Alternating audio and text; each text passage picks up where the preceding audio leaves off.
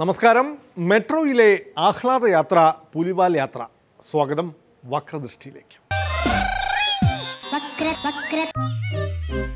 കൊച്ചി മെട്രോയിൽ കോൺഗ്രസുകാർ ആഹ്ലാദപൂർവ്വം നടത്തിയ തട്ടുപൊളിപ്പൻ ജനകീയ യാത്ര പുലിവാല് പിടിച്ചതുപോലെയായി. ചൈന ഭരണിക്കടയിൽ കാള കയറിയതുപോലെ കോൺഗ്രസുകാർ നടത്തിയ യാത്ര സ്റ്റേഷനുകളിൽ ഉണ്ടാക്കിയ നാശനഷ്ടം മെട്രോ കണക്കാക്കിയിട്ടുണ്ട്. അനുവദനീയമായതിലും കൂടുതൽ പേർ കയറിയതായും പലരും ടിക്കറ്റ് എടുത്തില്ലെന്നും മെട്രോ അധികൃതർ കണ്ടെത്തിയിട്ടുണ്ട്. ആവേശവും ആഹ്ലാദവും അതിരു കടന്നാൽ ഇതും ഇതിലപ്പുറവും നടക്കും. എന്റെ മൂക്കിന്റെ പാലമായി ഉമ്മാരിടിച്ചു പൊളിച്ചത്. പാമ്പൻ പാലം തകർന്നിട്ട് ശരിയാക്കുന്നു സാർ. അത് വെച്ച് നോക്കുമ്പോ സാറിന്റെ മൂക്കിന്റെ പാലം. എന്റെ ഫ്രിഡ്ജ് പോയി, മിക്സി പോയി, അതൊക്കെ പോട്ടെ. ഒരു കോഴിമുട്ടക്ക് എന്താ വില? കൃഷ്ണന്റെ മുട്ട കഴിക്കില്ല, നോൺ വെജിറ്റേറിയൻ. 1.25 രൂപ വരും. എത്ര? 1.25. അത് മിനിഞ്ഞാന്ന്.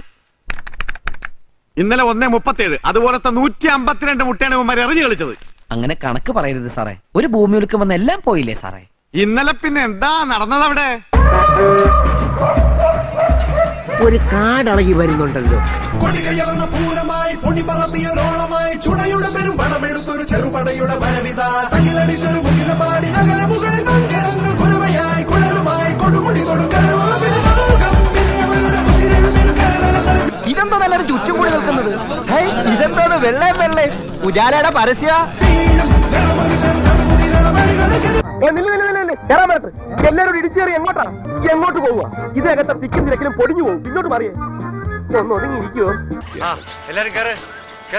എനിക്ക് സൈഡ് സീറ്റ് വേണം, കാറ്റ് കൊള്ളാനാണ്.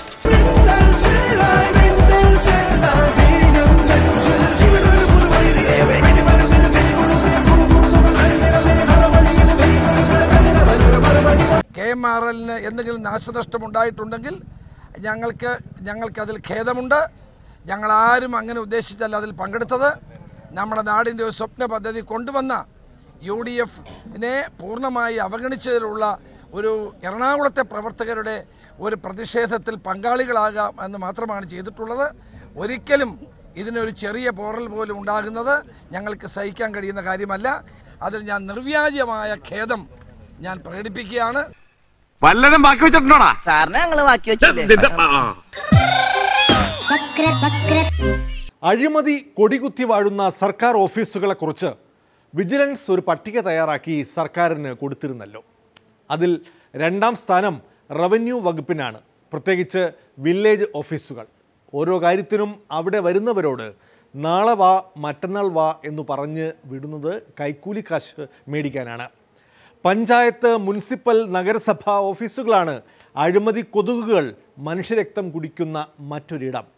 സത്യസന്ധരായ ഉദ്യോഗസ്ഥർ ഇല്ലെന്നല്ല, അവർ പക്ഷേ വളരെ ചെറിയ ഒരു വിഭാഗം മാത്രം. സർക്കാർ ഓഫീസുകളിലെ ഫയലുകളിൽ ഉറങ്ങുന്നത് മനുഷ്യജീവിതങ്ങളാണ് എന്ന് ഓർക്കണമെന്ന് മുഖ്യമന്ത്രി ജീവനക്കാരെ ഉപദേശിച്ചിട്ട് അധിക കാലമായില്ല. ഉപദേശങ്ങൾ കൊണ്ട് കാര്യമുണ്ടായില്ലെന്ന് തെളിയിക്കുന്നതാണ് സമീപകാല സംഭവങ്ങൾ. ഈ ജനങ്ങളുടെ പ്രശ്നങ്ങൾ അതിൻ്റെ ശരിയായ തീവ്രതയോടെ മനസ്സിലാക്കുന്നതിന് കഴിയാത്ത ചിലരെങ്കിലും നമ്മുടെ കൂട്ടത്തിലുണ്ടാകുന്നുണ്ട്. സാറേ, ഈ കടലാസ് എവിടെയാ കൊടുക്കണ്ടേ? ഇതാ ശോശാമയുടെ സെക്ഷനിലെ അവരവധിയില്ല, പ്രസവാവധി. അയ്യോ, എന്റെ കിടപ്പാടത്തിന്റെ കാര്യ. നിങ്ങൾ കുറച്ച് കഴിഞ്ഞ് വരൂ, ഗംഗാരേട്ടൻ വരട്ടെ. പുറത്ത് നിന്നാ മതി. എപ്പോഴാ പ്രസവം? നിങ്ങളുടെ മുന്നിലെത്തുന്ന ഫയലിൽ എല്ലാം സ്പന്ദിക്കുന്നത് ജീവിതമാണ്.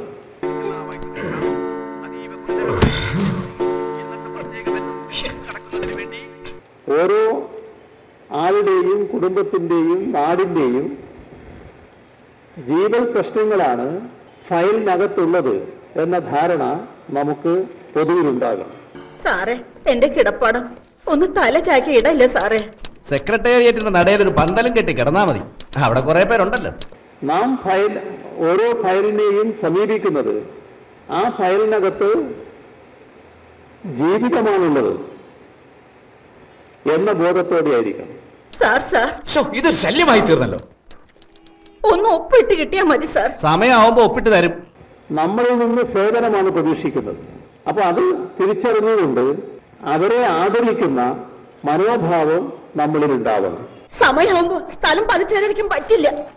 നിങ്ങൾ തന്നില്ലെങ്കിലും ഈ കിളവിക്ക് 6 അടി മണ്ണ് അവകാശപ്പെട്ടതാ.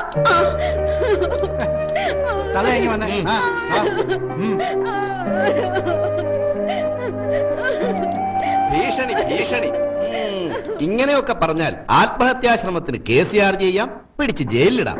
ആത്മഹത്യ ഒന്നിനും ഒരു പരിഹാരമല്ല. പക്ഷേ പലരും ആത്മഹത്യാ ഭീഷണി മുഴക്കുന്നത് എല്ലാ പ്രതീക്ഷയും നശിക്കുമ്പോഴാണ്. കോഴിക്കോട്ടെ ചെമ്പനോട വില്ലേജ് ഓഫീസിൽ ആത്മഹത്യ ചെയ്ത കർഷകനായ ജോയിയെ കൊലയ്ക്ക് കൊടുത്തതും ഈ അഴിമതിക്കാർ തന്നെ.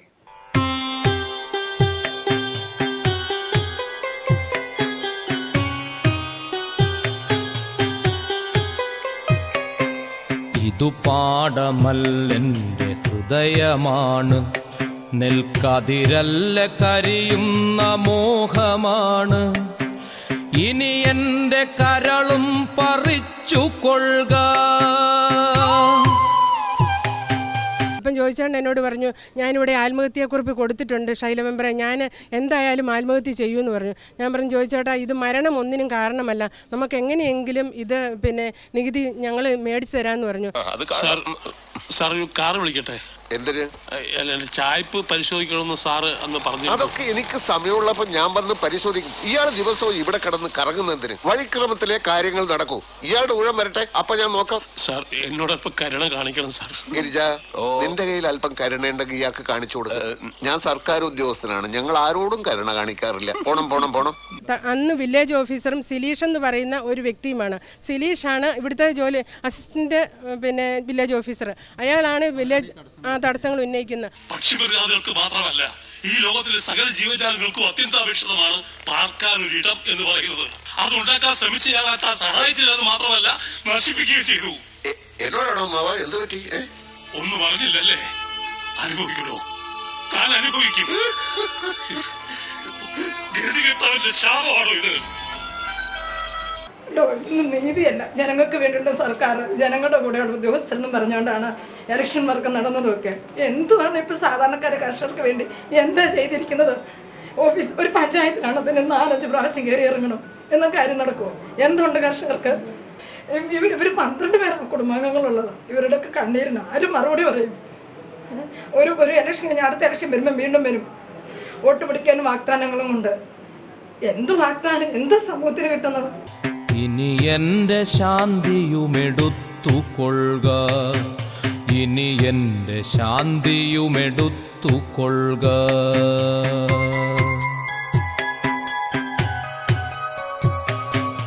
തൻ്റെ ഭൂമിക്ക് പോക്കുവരവ് ചെയ്തു കൊടുക്കാത്തതിനെ തുടർന്ന് വെള്ളറട വില്ലേജ് ഓഫീസ് തീയിട്ട സാംകുട്ടിയും ഗതികെട്ട് ചെയ്തു പോയതാണ്. എന്നിട്ടും വില്ലേജ് ഓഫീസുകാർ ഒന്നും പഠിച്ചില്ല എന്ന് സാരം.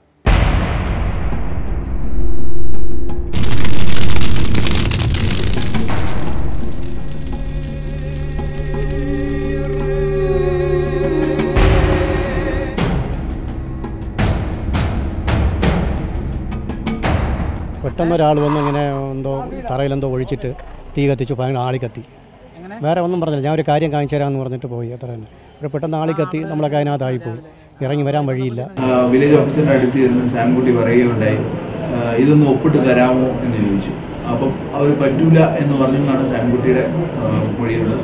പറ്റൂല എന്ന് പറഞ്ഞപ്പോൾ എന്നാലൊരു കാര്യം ഞാൻ കാണിച്ചു തരാമെന്ന് പറഞ്ഞു. 10 ലിറ്റർ നിറച്ച് വെച്ചിരുന്ന കന്നാസ് എടുത്തുകൊണ്ട് തറയിലോട്ട് ഇടുകയും ചെയ്യും. ലൈറ്റർ എടുത്ത് വെച്ച് സാംകുട്ടി അത് ഉടനെ തീ കത്തിക്കുകയാണ് ഉണ്ടായത്. വില്ലേജ് ഓഫീസർ പോയിട്ട് പിന്നെ possession and non attachment certificate മനസ്സിലായി. പക്ഷേ സാറിന്റെ റിപ്പോർട്ട് കിട്ടിയിട്ട് എനിക്ക് 3 ഡെപ്യൂട്ടി തഹസിൽദാരന്മാരെ കൊണ്ട് ഒപ്പിടിക്കണ്ട. പറ്റില്ല. കനാലോട്ടാണല്ലോ സ്ഥലമെടുപ്പിന് തഹസിൽദാർ ഒരു ദിവസം. സാറിന്ന് വരാൻ പറഞ്ഞാൽ എനിക്കത് കിട്ടിയിട്ട് വേണം KFC പോവാൻ. ഓ, താനിന്ന് സർട്ടിഫിക്കറ്റ് കൊണ്ടേ പോകും. തരാമെങ്കിൽ ഞാൻ ഇല്ല, ഒരാഴ്ചത്തേക്ക് നോക്കണ്ട. അല്ല പിന്നെ സർ പ്ലീസ്. നാരായണൻ പേരെ ഇയാളെ പിടിച്ച് പുറത്താക്ക്. നാരായണൻ പേരെ ആവശ്യത്തിന് വിളിച്ചാൽ ഇയാൾ കടന്നു പോടും. ഇതു പാടമല്ലെൻ്റെ ഹൃദയമാണ്, നെൽക്കതിരല്ല കരിയുന്ന മോഹമാണ്, ഇനി എൻ്റെ കരളും പറിച്ചു കൊള്ളുക. ഇതു പാടമല്ലെൻ്റെ ഹൃദയമാണ്, നെൽക്കതിരല്ല കരിയുന്ന മോഹമാണ്, അപ്പുറത്ത് പുഴയാണ്, അടുത്തെങ്ങും വീടുകളുമില്ല. നീയൊക്കെ ഇവിടെ കിടന്ന് നിലവിളിച്ചാൽ പോലും ആരും കേൾക്കില്ല. എന്റെ മുമ്പ് 2 വഴികളേ ഉള്ളൂ. ഒന്ന്, എന്റെ ഫാക്ടറി തുടങ്ങാൻ ആവശ്യമായ ഈ സർട്ടിഫിക്കറ്റുകൾ നിങ്ങൾ ഒപ്പിട്ട് തരിക, അല്ലെങ്കിൽ ഞാനും നിങ്ങളും ഈ കെട്ടിടവും ഇവിടെ കത്തിച്ചാമ്പലാവും.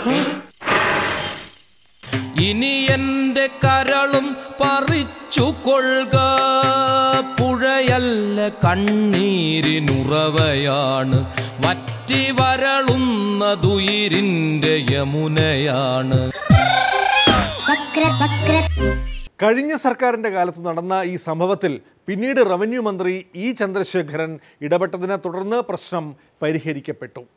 നല്ലവനായ ചന്ദ്രശേഖരൻ മന്ത്രിയായിരിക്കുമ്പോൾ തന്നെ മറ്റൊരു കർഷകനും നീതി നിഷേധത്തെ തുടർന്ന് കടും കൈ കാട്ടി.